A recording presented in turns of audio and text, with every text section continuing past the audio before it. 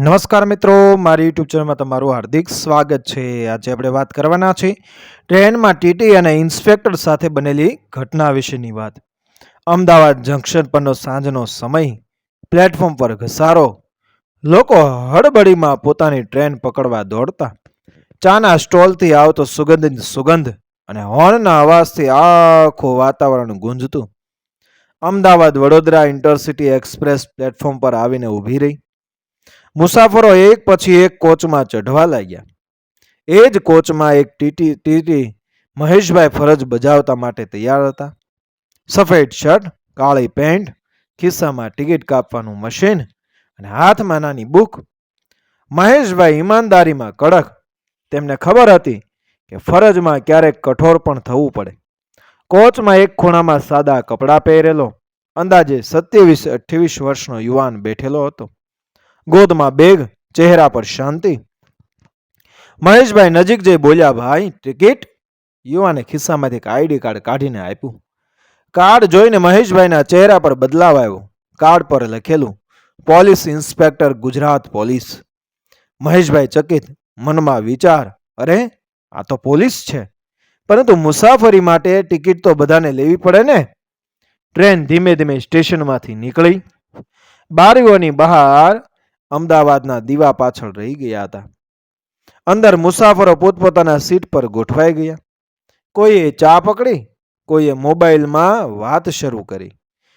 TC મહેશભાઈ એક પછી એક મુસાફરો પાસેથી ટિકિટ ચેક કરતા જતા. બધું સામાન્ય જ લાગતું, પરંતુ ખૂણામાં બેઠેલા એ યુવાનને જોઈને તેમનું મન હજુ અટવાયું હતું. તેમણે નમ્રતાથી કહ્યું, સાહેબ આપનો આઈડી જોઈ લીધો, પરંતુ ટ્રેનના નિયમ મુજબ મુસાફરી માટે ટિકિટ તો ફરજિયાત છે. ઓફિશિયલી ડ્યુટી હોય ત્યારે અલગ પાસ હોય છે. આપ પાસે એ છે? યુવાને શાંત અવાજમાં જવાબ આપ્યો, મારા પાસે ડ્યુટી પાસ નથી. હું ઇન્સ્પેક્ટર છું, એટલે ક્યારેક છૂટ મળે છે. આ સાંભળી મહેશભાઈના મનમાં ઘંટ વાગી ગયો. છૂટ? પણ કાયદો તો સૌ માટે સમાન છે. જો હું આ સાહેબને ટિકિટ વગર છોડી દઉં તો બીજા મુસાફરો મને કેમ માનશે? મુસાફરોમાંથી એક મધ્ય વયના વ્યક્તિએ કાનમાં પોતાના બાજુના માણસને કહ્યું, જુઓ તો ખરા, ટીસીભાઈએ એ પોલીસને પણ રોકી દીધા. બીજાએ હળવી હાંસી કરી, હા સાચું છે. હવે જોવું છે કે કોણ જીતી શકે છે, કાયદો કે ફરજ. આ વાતો મહેશભાઈના કાને પડતી હતી, પણ તેઓએ નક્કી કર્યું, જે સાચું છે એ જ કરું. તેમણે ફરી નમ્રતા સાથે કહ્યું, સાહેબ હું આપના હોદ્દાનો આદર કરું છું, અને મારી ફરજ પણ કાયદો જ છે. મુસાફરીમાં કોઈને હું ટિકિટ વિના જવા ન દઉં, તો પછી આપને પણ નહીં. યુવાને ચહેરા પર સ્મિત લાવી કહ્યું, તમારી હિંમત સરાહનીય છે. સારું, જ્યારે હું વડોદરા ઉતરીશ ત્યારે તમને ભાડું આપી ટિકિટ લઈશ. મહેશભાઈ થોડા શાંત થયા, પણ મનમાં હજી પ્રશ્નો હલચલ કરતા રહ્યા. જો આ સાહેબ સ્ટેશન પર ઉતરી ગયા અને ટિકિટ ન આપ્યા તો? મુસાફરો મારો મજાક ઉડાવશે. પણ જો ગુસ્સે થઈ જાય તો?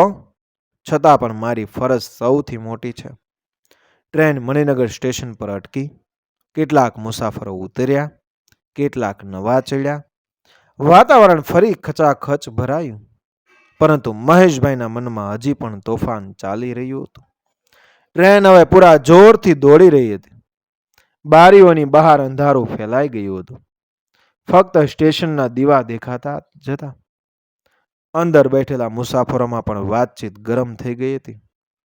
એક યુવાન વિદ્યાર્થી પોતાના મિત્રને ધીમેથી કહી રહ્યો હતો, જુઓ ને આ ટીસીભાઈ કેટલા ઈમાનદાર છે, પોલીસને પણ નથી છોડતા.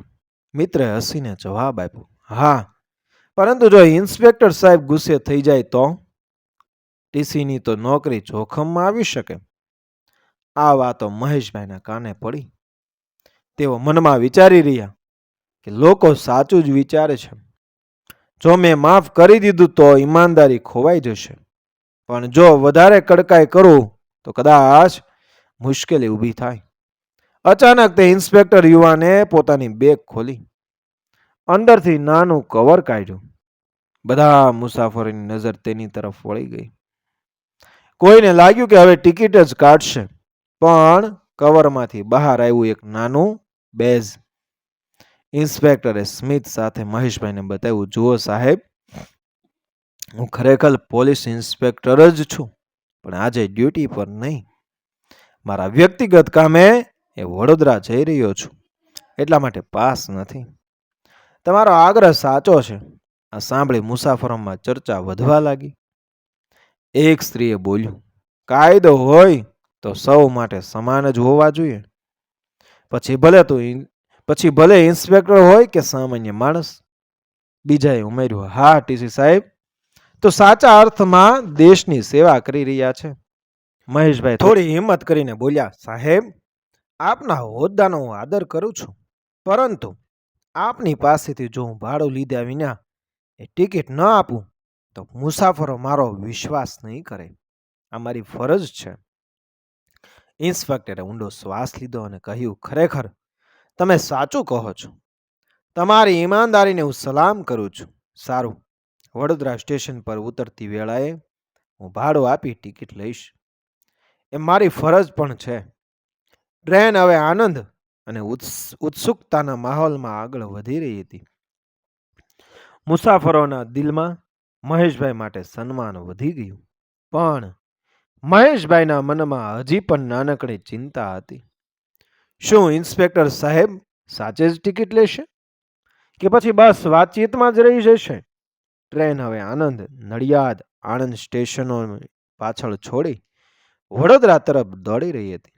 અંદર બધાના દિલમાં એક જ ઉત્સુકતા, ઇન્સ્પેક્ટર સાહેબ ટિકિટ લેશે કે નહીં? મહેશભાઈ વારંવાર પોતાનો ઘડિયાળ જોતા. હૃદયમાં હળવો તણાવ હતો. થોડા જ મિનિટોમાં વડોદરા આવશે, એ પહેલા નિર્ણય લેવો પડશે. એક વૃદ્ધ મુસાફરે બાજુના મુસાફરોને કહ્યું, બેટા, આ ટીસી સાહેબ સાચા ફરજ નિષ્ઠાવાળા છે. નહીતર આજકાલ કોણ હિંમત કરે કે પોલીસને રોકે? બીજો બોલ્યો, હા, પણ જો પોલીસ ગુસ્સે થઈ જાય તો? જો પણ થઈ જઈ શકે. એક બીજો ત્રીજો મુસાફર બોલ્યો, પણ સાચું તો સાચું જ હોય છે. કાયદા આગળ બધાને નમવું પડે. આ ચર્ચાઓ સાંભળી ઇન્સ્પેક્ટર સાહેબના ચહેરા પર એ નાનું સ્મિત આવતું. તેમણે વિચાર્યું, આ કંડક્ટર નહીં, આ તો સાચો સિપાહી છે. હોદ્દો ભલે ટીસીનો હોય, પણ ઈમાનદારીમાં તો મોટા ભાગના અધિકારીઓને પણ હરાવે. ટ્રેન વડોદરા સ્ટેશનના પ્લેટફોર્મ પર ધીમે ધીમે આવી રહી હતી. મુસાફરો સામાન ગોઠવવા લાગ્યા. મહેશભાઈ હજી પણ એ જ જગ્યા પાસે ઊભા, આંખોમાં નાનો ભય, પણ ચહેરા પર ફરજની કઠોરતા. ઇન્સ્પેક્ટર સાહેબે પોતાની ખિસ્સામાંથી પૈસા કાઢ્યા, શાંતિપૂર્વક બોલ્યા, લેજો મહેશભાઈ, વડોદરા સુધીનું ભાડું, અને હા, ટિકિટ પણ આપજો. આ દ્રશ્ય જોતા બધા મુસાફરો ચોંકી ગયા. જેમને લાગ્યું હતું કે સાહેબ કદાચ બહાનું બનાવશે, એમના મોં બંધ થઈ ગયા. મહેશભાઈના હાથમાં પૈસા આવ્યા અને તેમણે સ્મિત સાથે ટિકિટ કાપીને આપી. તેમની આંખોમાં ચમક આવી ગઈ. મારી ઈમાનદારી જીતી ગઈ. ઇન્સ્પેક્ટરે ટિકિટ લઈ સન્માનથી કહ્યું, તમારી ફરજ નિષ્ઠા મને પ્રેરણા આપે છે. હું પાછો જઈને મારા સ્ટાફને કહ્યું કે કાયદા આગળ આપણે પણ નમવું પડે. આજે તમે મને શીખવ્યું છે. સ્ટેશન પર ટ્રેન ઊભી રહી.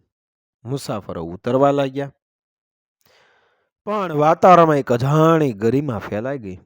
લોકોના દિલમાં મહેશભાઈ માટે અવિરત સન્માન જન્મી ગયું. વડોદરા સ્ટેશન પર ટ્રેન ધીમે ધીમે પૂરી થતી આવી. રવિવારની સવારમાં પ્લેટફોર્મ પર ભીડ થોડી હતી. હલચાલ, ચાની દુકાનના ઘરાણ અને સાહેબોના પગલાંનો અવાજ. મહેશભાઈ હવે આખી ટ્રેનમાંથી એકલા ખૂણામાં ઊભા હતા. તેમના હાથમાં ટિકિટ અને હાથના પગમાં થોડીક થાકની લાગણી, પણ મગજમાં એક અખંડ શાંતિ છવાઈ હતી. ઇન્સ્પેક્ટર યુવાન, સાવ ધીમે લોહી લાલ સુત્રીયું ખિસ્સામાં મૂકીને મહેશભાઈની નજરમાં જોઈને કહ્યું, આ ટિકિટ માત્ર કાગળ નથી ભાઈ, આ એ તમારી ઈમાનદારી અને ફરજ નિષ્ઠાનું પ્રતીક છે.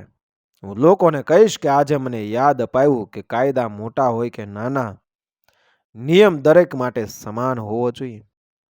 મહેશભાઈના હૃદયમાં ખુશીની એ લાગણી ફરી ચમકી. તેમણે હાથ જોડીને માત્ર એટલું કહ્યું, સાહેબ, ધન્ય છે કે મેં મારી ફરજ નિભાવી.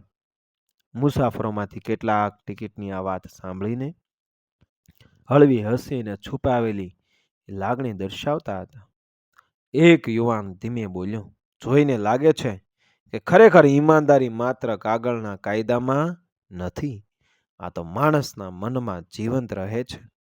એક વૃદ્ધ સ્ત્રી ઉઠીને કહ્યું, આવી સલામતીને સાચાઈ જોઈને મને ખૂબ આનંદ થયો. આજે મને એવું લાગ્યું કે હવે દેશના કાયદા સાચા હાથોમાં છે. ટ્રેનનો એ છેલ્લો દ્રશ્ય હતો. ટિકિટની ટૂંકી સફર, પરંતુ શિક્ષણ અખંડ. મહેશભાઈની આંખોમાં એક હળવી ચમક, હૃદયમાં એક શાંતિ. આ ટિકિટ માત્ર એક મુસાફરીની ટિકિટ નથી, આ વિશ્વાસ અને ફરજનું પ્રતીક છે. દરેક દિવસ આ જ રીતે જીવવું જોઈએ. તેમણે પોતાના હાથમાં બાકી રહેલી ટિકિટની એક ઘડી જોઈ, આંખોમાં ધીમું સ્મિત અને હૃદયમાં ગર્વ સાથે પોતાની સીટ તરફ એ વળ્યા. કાયદો અને ફરજ એ દરેક માણસ માટે સમાન છે. ટિકિટ કદાચ માત્ર કાગળ છે, પરંતુ તેની પાછળ છુપાયેલો અર્થ હજારો રૂપિયાથી વધારે મૂલ્યવાન છે. ઈમાનદારી હંમેશા ગૌરવ અને માન લાવે છે. બસ ટ્રેન ટિકિટ અને ટૂંકી મુસાફરી, એ બધા દ્રશ્યો મનમાં ઊંડા છાપ છોડીને એ ગયા. મહેશભાઈ, ઇન્સ્પેક્ટર અને મુસાફરો દરેકે તે દિવસને યાદ રાખ્યો. મિત્રો, વિડીયો પસંદ આવ્યો? મારી ચેનલ સબસ્ક્રાઈબ કરો, ફોલો કરો, શેર કરો. મળી આવી જ ઘટનાને પ્રેરણાદાયક વાર્તાઓ સાથે આગળના વિડીયોમાં. બન્યા રહેજો મારી ચેનલ સાથે. જય શ્રી કૃષ્ણ. રાધે રાધે. જય શ્રી રામ.